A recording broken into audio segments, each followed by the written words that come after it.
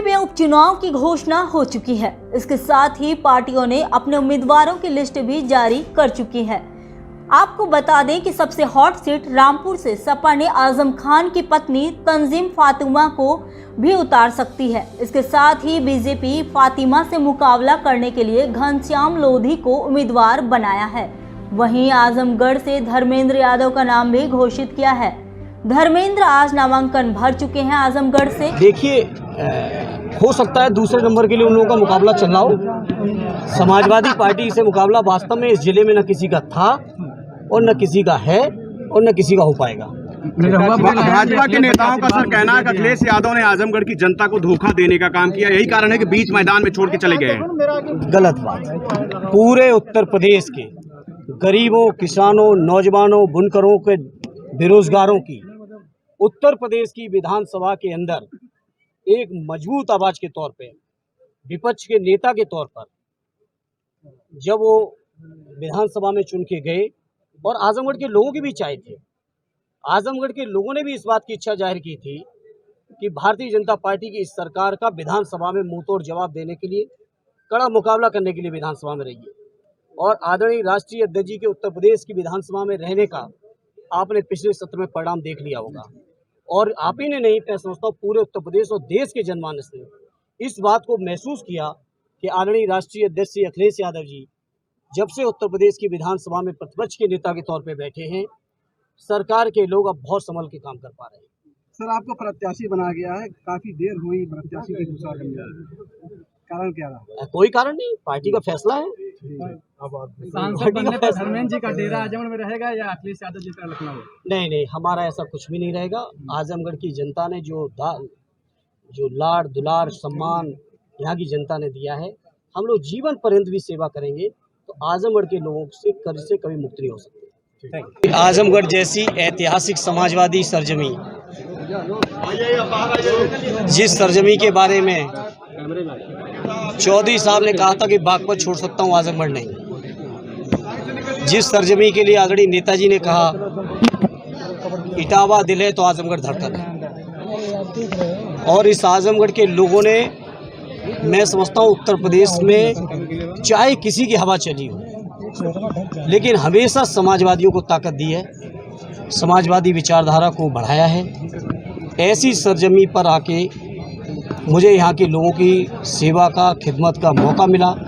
उसके लिए मैं पार्टी के राष्ट्रीय अध्यक्ष जी को, आदरणीय श्री अखिलेश यादव जी को, जो स्वयं यहाँ से सांसद थे, नेता प्रतिपक्ष होने के कारण सीट खाली हुई, आदरणीय नेताजी जो यहाँ से सांसद रहे, और आजमगढ़ के अपने सभी पार्टी के सम्मानित नेताओं का, कार्यकर्ता साथियों का और आजमगढ़ की आवाम का मैं हृदय से आभारित करता हूँ, धन्यवाद देता हूँ कि उन्होंने इस शानदार सरजमी की सेवा का मुझे मौका दिया। आपके सामने बीजेपी ने दिनेश लाल यादव को उतारा है, कितना देख रहे हैं उनको दमदार?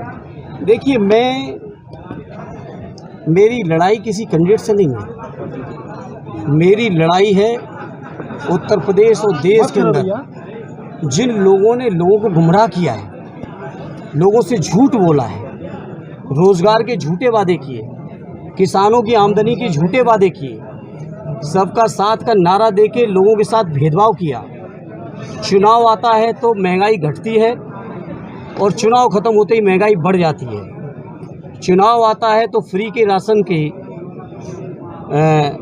एक योजना चलाई जाती है और चुनाव के बाद उसकी समीक्षा की जाती है कि किसी के घर में साइकिल तो नहीं है, किसी के घर में कोई इलेक्ट्रॉनिक सामान तो नहीं है।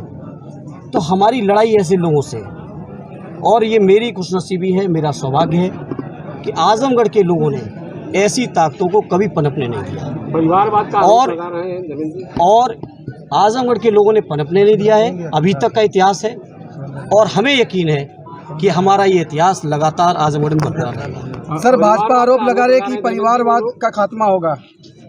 भाजपा तो बहुत सूझ बात कहती है, भाजपा के कहने पे न जाए, पहले वो अपने परिवारवाद को देखें। कहा जाता है कि आजमगढ़ स्वर्गीय जनेश्वर मिश्रा जी ने कहा था ये संघर्ष का परिवारवाद है, ये कोई सत्ता का परिवारवाद लेके हम लोग नहीं आए, हम जनता के बीच में संघर्ष के लिए आए। सर, विधानसभा और यही नहीं, पहले भी संघर्ष किया है और जनता का आशीर्वाद प्राप्त हुआ है। आज आजमगढ़ की जनता ने जो मौका दिया है तो मुझे यकीन है कि आजमगढ़ की जनता का भी बहुत व्यापक आशीर्वाद मिलेगा। सर, विधानसभा इलेक्शन में 10 की 10 सीटें आप जीती थी, ये लोकसभा उपचुनाव हो रहा है, क्या रहेगा चैलेंज आपका? मुझे पूरा यकीन है कि आजमगढ़ के लोगों ने, जैसा मैंने कहा, कि हमेशा समाजवादी ताकतों को मौका दिया है। इस उपचुनाव में भी ऐतिहासिक तौर पे समाजवादी पार्टी को लोग ताकत देंगे।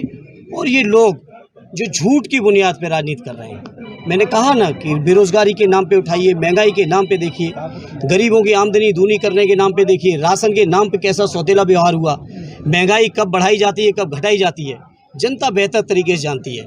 और आजमगढ़ के बारे में तो मैं जब इलाहाबाद विश्वविद्यालय में पढ़ता था, यहाँ के हजारों नौजवान जो हमारे साथ पढ़ते थे, उनका मानना था और कहना था कि आजमगढ़ के लोगों ने हमेशा देश की राजनीतिक दिशा को बदला है।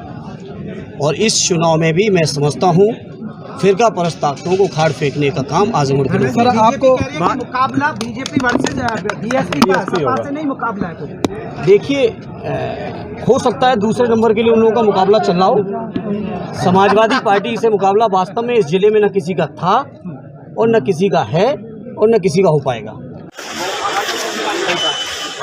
क्योंकि आज ही नामांकन का आखिरी दिन है। आपको बता दें, आजमगढ़ से बीजेपी ने दोबारा निरहुआ को प्रत्याशी बनाया है। वहीं निरहुआ अपने पुराने अंदाज में ताल ठोकते हुए नजर आएंगे। ये दोनों सीटें काफी हॉट सीट मानी जा रही है, क्योंकि इन दोनों सीटों पर लंबे समय से ही सपा का कब्जा रहा है। आजमगढ़ लोकसभा सीट के लिए होने जा रहे उपचुनाव के लिए भारतीय जनता पार्टी ने अपना प्रत्याशी निरहुआ को घोषित किया है। आपको बता दें कि साल 2019 के लोकसभा चुनाव में सपा मुखिया अखिलेश यादव से दिनेश लाल यादव निरहुआ का सामना हुआ था, लेकिन तमाम दावों के बाद भी निरहुआ की हार हो गई थी। लेकिन इस बार भी दिलचस्प मुकाबला देखने को मिल सकता है। वहीं निरहुआ ने प्रत्याशी घोषित होने के बाद पहले जैसे रंग में दिख रहे हैं।